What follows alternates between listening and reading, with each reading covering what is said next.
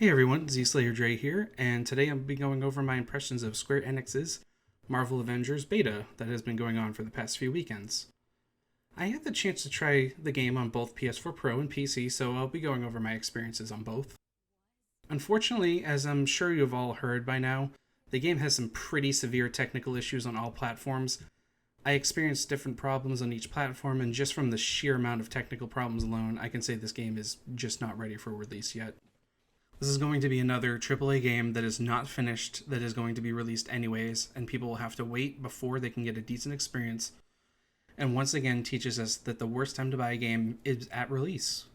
People who wait 6 months to a year will have a significantly better experience along with more content for a cheaper price, just like all games as a service.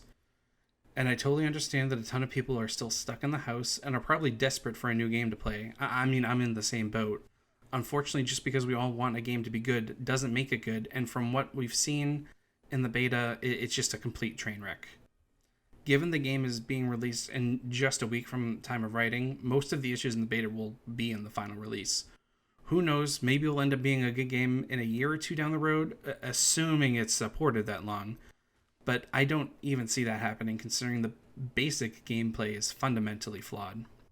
Sadly, this is simply just a cash grab using a big brand name, and they will try and milk it for every cent they can get out of it.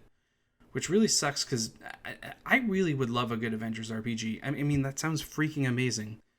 What we have here is an Anthem clone with an Avengers skin on top, along with some gameplay mechanics stolen from the biggest games of the past few years, jammed all together in a giant cluster you-know-what. The combat is a total clunky mess, and most characters feel very similar to each other. The battles are frantic and end up being wave after wave of generic enemies. The attacks felt like they had no weight to them, especially with the RPG mechanics making larger enemies HP sponges, and I really didn't get the impression I was playing as an incredibly powerful superhero. And I'm saying that as someone who loves RPGs, but nowadays we get RPG light mechanics, in this case, drags the game down a bit. If you're not going to put the effort into making a gameplay mechanic good, then why put something completely half-assed into the game? Well, the reason is that they can keep raising the max gear score to keep people who are addicted to the gameplay loop playing longer, and the longer someone plays, the more likely they are to buy microtransactions. And pardon my French, but gosh golly, are there a ton of ways they can easily exploit people through microtransactions. Every single character has their own battle pass, and the way to grind up the battle pass level is to do daily and weekly quests for every single character.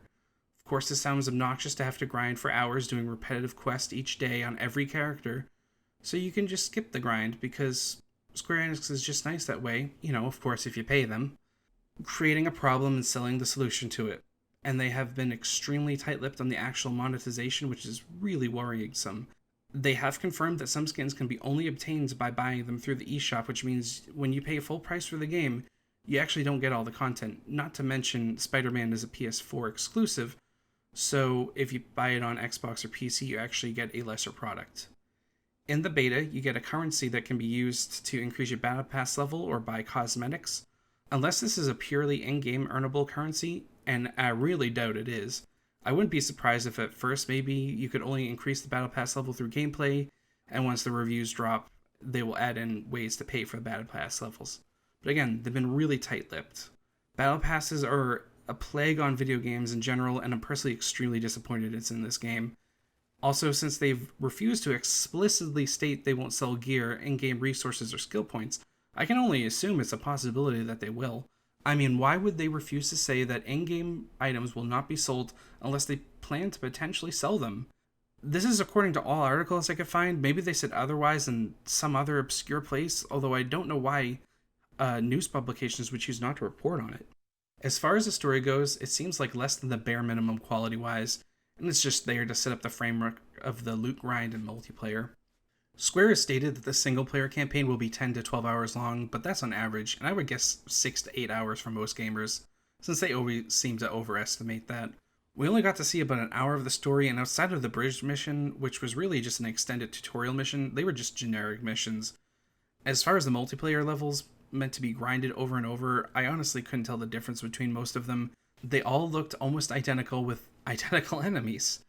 I would so much rather a 15-hour incredible linear experience compared to a much longer multiplayer game as a service experience filled with low-quality repetitive crap. We got to only see a third of the skill tree, and it feels like most of the moves you could lock through the tree should have just been baseline skills. Even with them, the combat felt very clunky, and without them, it felt completely empty. The dialogue writing was utterly atrocious, especially Iron Man and Miss Marvel. And like I said earlier, less than the bare minimum amount of effort was put into the story writing, and it's just a framework to set up the multiplayer grind. If it was an average story, I could begrudgingly forgive that, maybe if the combat was incredible, but we don't even have that.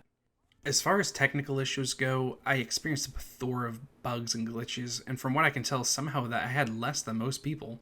The PS4 Pro frame rate was horrible, with constant dips in the 20s, if not lower, during combat. There is a performance mode, but it's just an unlocked frame rate, so it'll make the game look really stuttery, and is a worse experience than just having a 30 FPS cap, as bad as that is. Given the graphics are nothing special, there's zero reason why the game can't be a full 1080p 60 FPS on the PS4 Pro, other than the publisher just not caring about the quality. The bridge level was borderline unplayable for me due to the sheer amount of glitches, and I'm still not sure how I managed to get through it. At times, the controls became completely unresponsive, and I could do nothing to just stand still and die or reload at a checkpoint. I also experienced severe audio sync issues, something I've seen quite a few people report, on both PS4 and PC, which really killed the immersion of the game. On PC, even with my older system, I was able to get 60 FPS, or even more sometimes, but it would just die at some spots and stutter pretty frequently. If it was just me, I would say it was my PC being old, but it seems like I had a better experience than most people, and as bad as it was. There's also been widespread reports of the multiplayer not working for most people. I didn't try to do the multiplayer, and I actually disabled it. Somehow end up getting random people joining my game. Maybe Square just mixed up the enable and disable functions in the code? I mean, who knows? This is just a poorly made product using a big brand name. Sadly, it will probably sell well just because of the name and the fact that so many people are stuck indoors. It'll review significantly higher than it should just because of the Avenger name as well. Like I said earlier, it's just an Anthem clone with an Avengers skin. If it was called anything other than Marvel's Avengers, it would be an utter failure.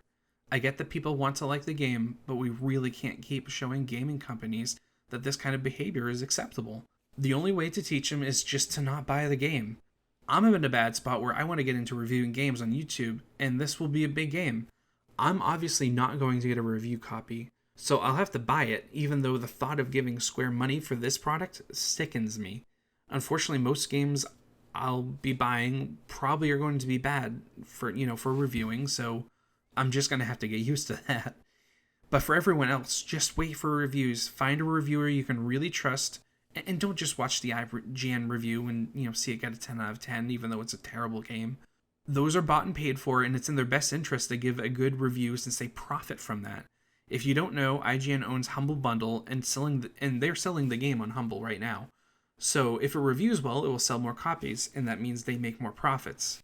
Also, their score is given more weight on Metacritic, which will throw off the real rating of the game. Never go by the Metacritic score anyways, but just saying. And also never pre-order. I understand all the extra stuff you get for pre-ordering, and it's really disgusting that they do this to people. It really should be illegal. Not to mention the $20 extra edition that you have to buy if you want to play the game on the release date. Everyone else that buys the game regularly priced, they'll have to wait to play the game. You can't play it on release date if you buy the full $60 version. It's insane. With so many horrible business practices and the overall poor quality of the beta, I really don't see any reason to buy this game at launch. I'll do a review, and hopefully people will be able to tell if the game is for them or not from that, but please don't waste your money until then. Or, find someone else you trust to watch a review. Just don't waste your money. Anyways, I hope this helps at least a few people out, and I'm actually trying to find something fun to review so I can do a more positive video. So if you have any suggestions, let me know down in the comments, even if it's an older game. I don't care. I'm working on a Ghost of Tsushima and DBZ Kakarot review, but I keep having to push them off to do other things. They're actually mostly written and some recorded, so hopefully they'll be out soon. If you stuck around this long, thank you so much for watching, and if you enjoyed the video, please consider subscribing. I would really appreciate it, and I will see you all in the next video.